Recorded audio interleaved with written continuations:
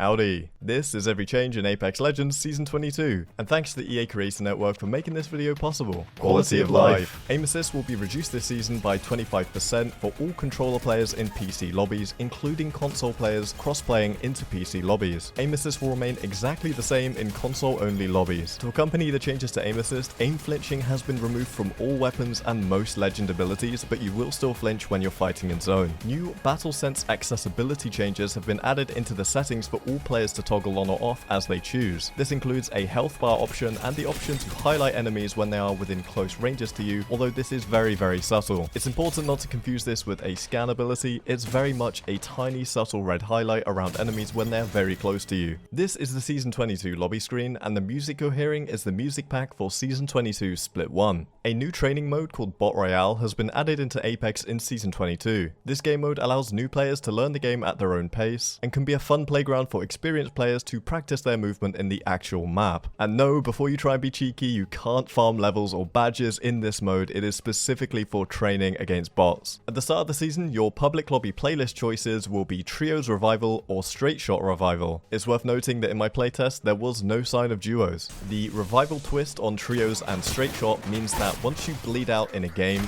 you no longer have to have your banner collected and to be rezzed at a respawn beacon. Instead, if your teammates survive long enough, you'll just respawn in by default, and the time it takes to respawn gets longer and longer the more you die, until eventually you can't respawn anymore.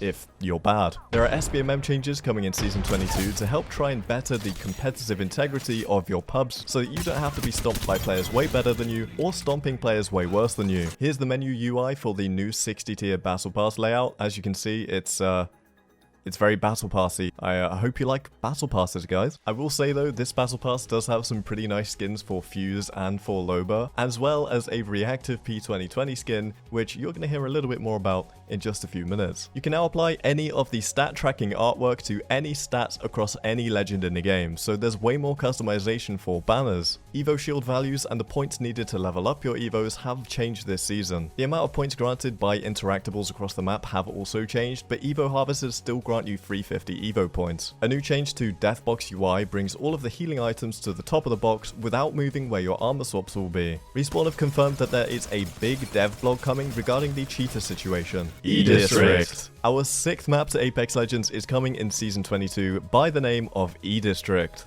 Who would have guessed that, right? This map has been designed under two philosophies. One, to have a lot of density with lots of buildings and cover to play, as well as freedom of movement with ziplines and other new movement tech. The new movement tech include gravity launchers, which can launch you to the top of buildings or across buildings, depending on which kind of launcher you step on. E-District will be Apex's first nighttime map, but it's super well lit, so there's no need to worry about visibility. The map features some of Apex's craziest height disparity, with massive skyscrapers and buildings with windows across all of the POIs. And there's a bunch of tiny buildings across the map as well, like this little coffee shop or this bin area, where I felt right at home. Across every map, there are also gold and mythic supply bins now. Gold bins are super rare and offer you gold tier loot, and there will be one mythic bin per match that offers a mythic rarity weapon and evo cash and other gold goodies, but it will be visible to every player in the lobby and takes way longer to open than your regular supply bin. Every single supply bin will also now reset in the middle of the match, meaning all open supply bins will close and refresh their loot. And this season's map rotation for ranked and pubs will be E-District, Stormpoint, and Broken Moon. Weapon meta. You can now dual wield the P2020 and the Mozambique,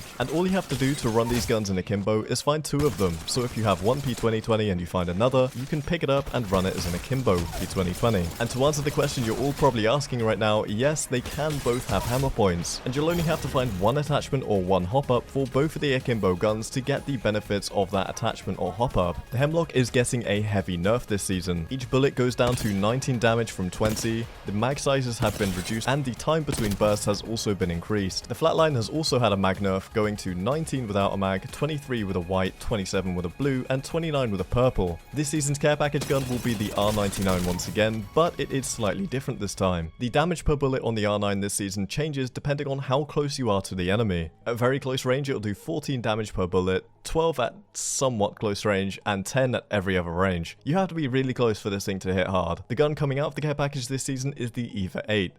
Hooray. The Havoc is being nerfed once again, this time to its hipfire, but spoiler alert, it's still absolutely stupidly OP. Yay, I know we love the Havoc. There is a brand new arm shield perk for all LMGs in the game, including the Devotion, which comes with it fully stocked out of the care package. When equipped, this hop-up grants you a 40 damage arm shield whilst ADSing with your LMG. It's also worth noting that when I tested this, the arm shield hop-up did not stack with Gibby's arm shield, so nothing happens when you use this on Gibby. Every single LMG has also received the hipfire buff that the Devotion received last time it went into the care package, meaning that whilst they hipfire, the spread will tighten as you shoot more. Every light ammo gun has received a mag size increase, including the R301, which now has 31 bullets in a purple mag.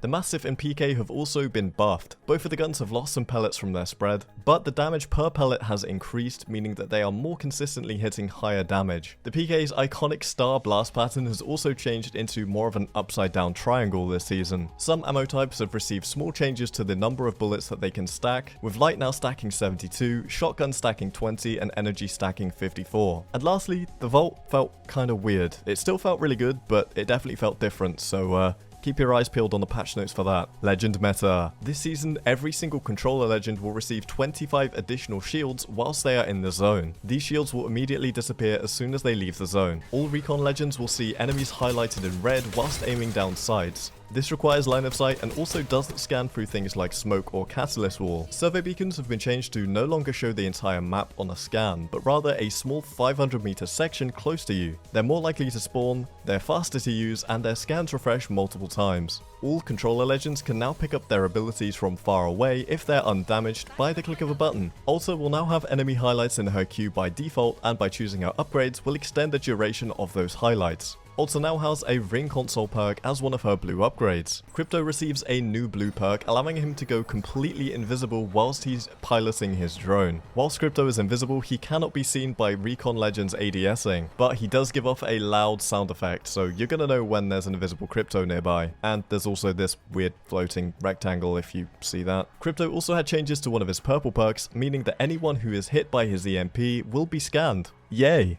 We all love scan. Rampart's Sheila now charges similarly to Vantage's Sniper. This means you don't have to wait the entire cooldown to be able to use Rampart's ult. Friendly caustic traps will now appear as green instead of red. I've been asking for this for years, and I cannot express my happiness. Catalyst is getting a lot more range back on her tactical. I mean, look, she is yeeting those things, that's crazy. Ballistic is seeing some changes, and from my investigation, it seems that his bullet speed of his tactical is way faster in the air and hits its target a lot sooner. Vantage will no longer need an optic to be able to use her passive ability, meaning that you can see enemy shield types with a 1x or an iron sight. Ranked. There will be 2 splits of Ranked Rumble next season to accompany the regular Ranked season. Your starting point for Ranked has changed to reflect last season's RP total, meaning that the matches at the start of the season will be less imbalanced. There are small changes coming to Ranked for RP changes, more for placement, and small adjustments for RP granted for kills. Here is what the Season 21 Ranked badges are gonna look like.